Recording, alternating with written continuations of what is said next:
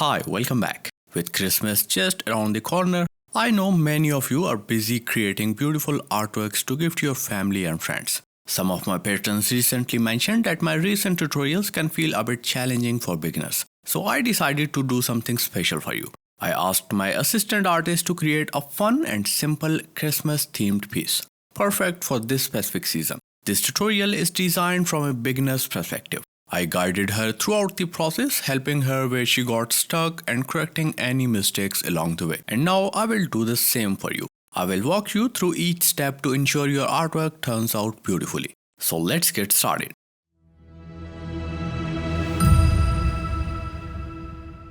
As always, these are the art supplies we are going to use for this drawing, and you can pause the video right here to note them down.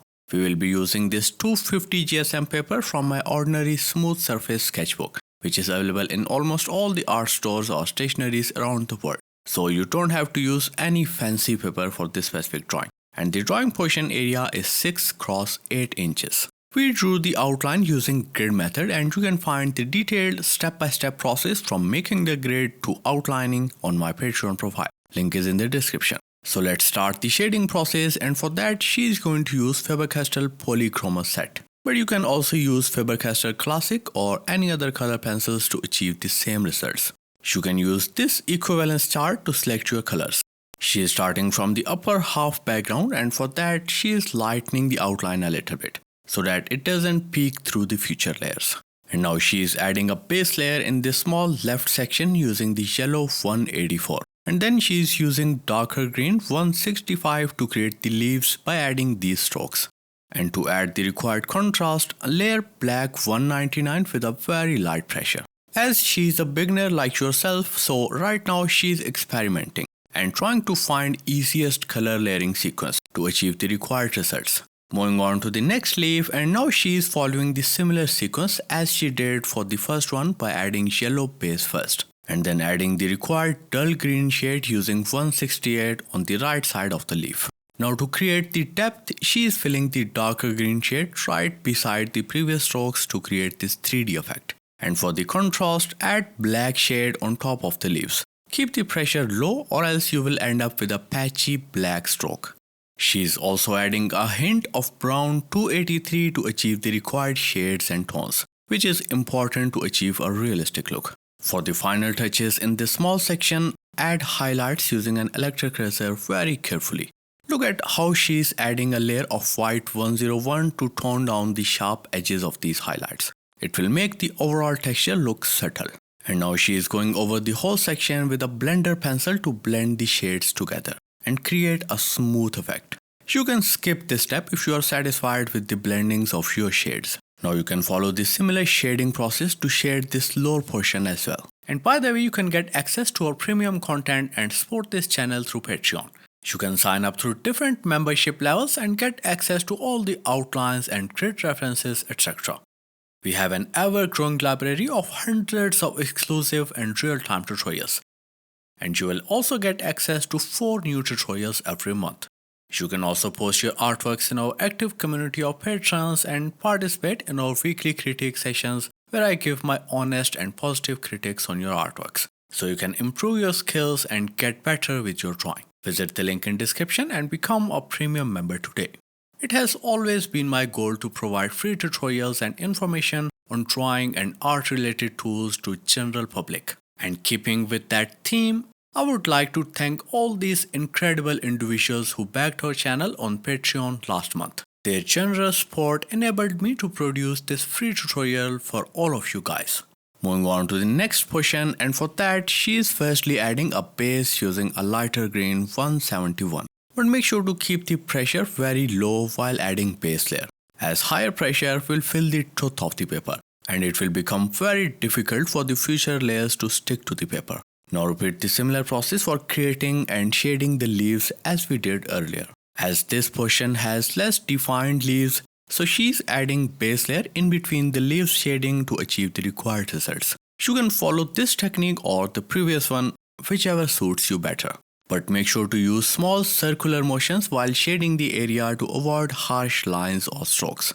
Okay, so the process is pretty much same all the way through for this left portion. Just keep on relating to the reference image to make sure you are on the right track. And don't worry too much about the background as it is not necessary to copy the exact same details. Just make sure the shades are blended properly with each other, creating a smooth and blurry background. While working on hyper-realistic drawings, it is very important to protect the tooth of the paper so that you can add multiple layers without any problem. And for that, make sure to use lighter pressure and build the shade layer by layer to achieve the rich and detailed results. Okay, so the rest of the upper portion has a blurry yet blended background without any leaves. So for that, she's adding a base layer using a light green color with a very low pressure. She is using small circular motions while working on this area to achieve the required blurry effect. She can also add depth on this left side using the darker green color. As this portion has a yellowish hint, so she is filling it with the yellow color first to create the required base, and then adding the depth over the darker green portion using this dull green. And this will blend the previous layer while adding the required depth. But make sure to use small circular motions to achieve the required blurry effect. Okay, so now she is using brown and going in the center of the yellow base she has added earlier. And you can always go back and forth to achieve the required background.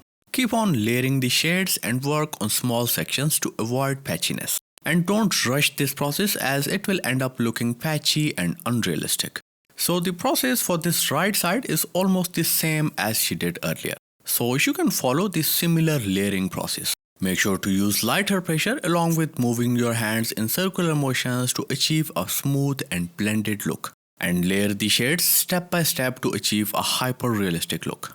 Okay, so moving on to the ribbon, and she has defined the outline first using a sharp tip red 219 pencil and then filling it thoroughly using variable pressure. And look how variable pressure has made the area look realistic in no time with just tone difference. The ribbon is also reflecting some of the details of the surroundings. So she is creating that tinted effect using a dark green color. To make the area look more 3D and realistic, it's always important to add respective highlights, and in this case she is adding small strokes using an electric eraser. She is going over the intersection area of two shades using a red color to blend everything together. You can always go back and adjust the details where required, just like the way she is adjusting the background. She is also adding required contrast using maroon 225 to achieve the required effect, and then fine-tuning it by adding required highlights and details. Moving on to the next portion, and as you know that the jingle bell has a metallic hanging ring. So to create the reflections, she is adding tint of greens and browns respectively to achieve the required result. If you are a beginner, then try to work in smaller sections, just like the way she is doing here. It will help you with defining the required technique and eliminating any mistakes later on. Being a beginner, it is also very important to work on gradient transitions and practice blending one color smoothly into another. And also avoid adding too many layers. Instead, break down the colors into maximum 4 layers and work accordingly. It will save the tooth of the paper along with giving the right shades and details. Okay, so now let's move on to the next portion, and to avoid any spilling or mistakes, she is defining the outline using maroon 225. She is also shading the area using pressure technique to avoid any extra layering. Start mixing the lighter shade with the darker one as you move towards the right side to create a perfect blended gradient. As the edges have more contrast, so she is switching the color with maroon and shading the edges to achieve required 3D effect. As you can see that she is using a blender pencil to blend the shades together and create a smooth base. If you don't have a blender pencil, you can also use a tissue paper or cotton bud to blend the small portion and achieve similar results. You can also go back and forth with the tools just like the way she is doing here and adjust the highlights and contrast using erasers and colors, etc. As the bell itself is spherical, and we know that if the light is falling from one side, then the other side must have shadow. So to achieve similar required results, she is layering black over this right top portion with a very light pressure. Make sure to use small circular motions and you will see that layer is not that harsh and it is blending beautifully into the previous one perfectly. As we know that the light is falling from the left side, so this portion is lighter than the rest of the bell. So to achieve such an effect, she is adding a lighter base using 190 following the same pressure technique, and then adding required depth using red color where required. Now blend this layer thoroughly using either a blender pencil or cotton buds, or any other tool you use for this purpose to achieve a smooth finish. As we can see that the whole jingle bell has a matte look, but it also has some pattern in glossy texture as well. So to create such an effect, she is shading the area with maroon shade and will add the highlights and reflection accordingly. She is using electric razor to fine tune the previous highlights and to make them pop up even more. As she has created her technique of layering shades, so now she is extending it and filling the rest of the portion. She is following the similar layering process for this shape as well. The only difference is that this portion has a tint of pink as well. So she is adding a soft layer of pink 129 over this previous shade. And when the base layer is done, you can blend it thoroughly using a blender pencil or a soft tissue paper. Keep on following the similar process and fill the rest of the portion one by one. As she is moving towards the right side, she has started using darker shades to achieve the required shadow effect. Keep in mind that the process is almost the same. You just have to play with different tones to achieve the required darkness and lightness. And before moving further, she decided to shade the remaining background on the left side. But it's totally up to you if you want to shade the background or the bell first. So for that, she's extending the background using olive green 173, keeping the pressure high, and then adding another layer over it using dark brown 177. This will blend the previous layer along with adding the required darkness and tint to it. For the lower portion, she is adding a darker base using a black color. Make sure to keep the pressure high at the bottom and start reducing it as you move upwards to create the perfect gradient. This will help you in blending future shades with it smoothly. Now repeat the similar process of filling the area with olive green first and then top it off with darker brown later on to achieve the required shade. Okay, now coming on to the bell, and again she is following the similar layering process using different tones of reds and pinks. You can also experiment and create your own technique which you are more comfortable with. Keep on extending the remaining background on the right side as well, using the same color you used earlier for the upper portion.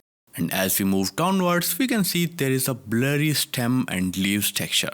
So to create such an effect, she is incorporating yellow color in the shape of the texture, and then extending the rest of the surrounding portions using the greens.